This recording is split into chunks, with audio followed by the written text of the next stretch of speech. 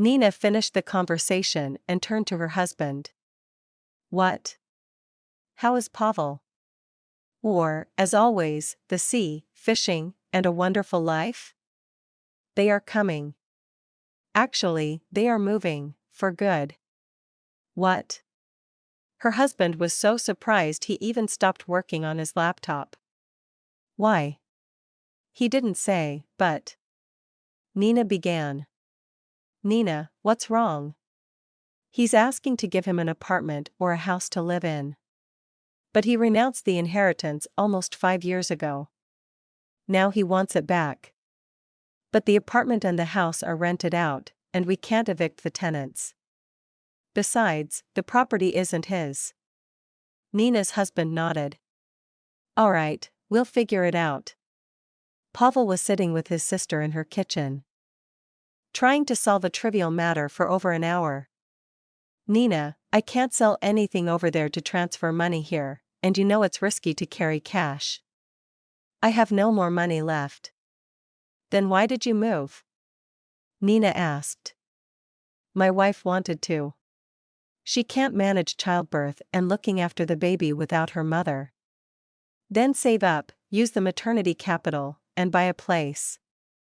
Nina, her brother looked at her sternly, we'll decide what and when to buy ourselves.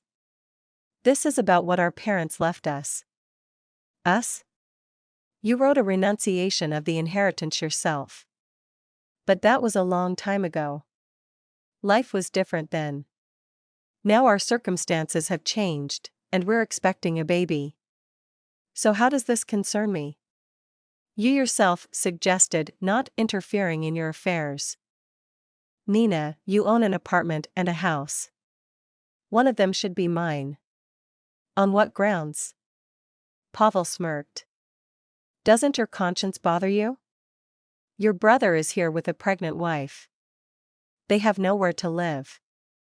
We're cramped in the in-laws' apartment. Doesn't your heart ache looking at this? Nina stood up. Why should it ache? You voluntarily renounced the apartment and the house. I took care of our mother, and then our father. I remember your words clearly, I don't need anything from the inheritance. And now you're trying to guilt-trip me. The conversation is over. It's just beginning. Her brother stood up too.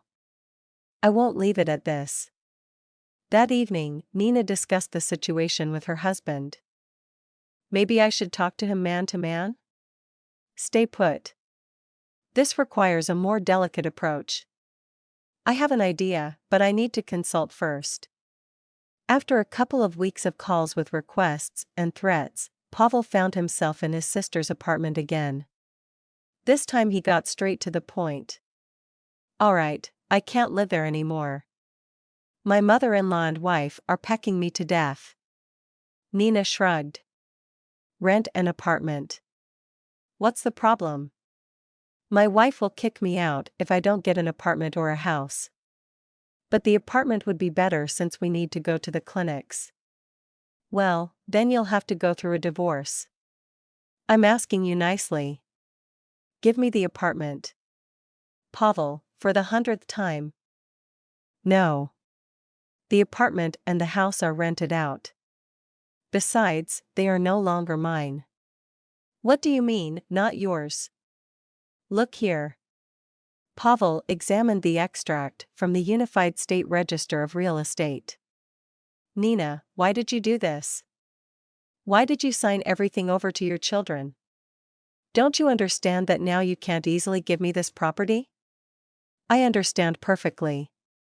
But first of all, no one was planning to give you anything. And secondly, don't come to me with this issue anymore. It's over. I'll take this to court. I'll take the apartment from you. Nina's husband appeared at the doorway. Pavel, it's time for you to leave. Screw you. You better leave. Pavel, leave. Nina said firmly, putting the documents into a file. I won't leave it at this. Pavel, leave us alone. Since then, the brother and sister have not communicated at all. And Nina is calm. Her sons have their own property which earns them money for college. And her brother no longer thinks about that property. Not everyone is happy with the situation, but that's life. Life.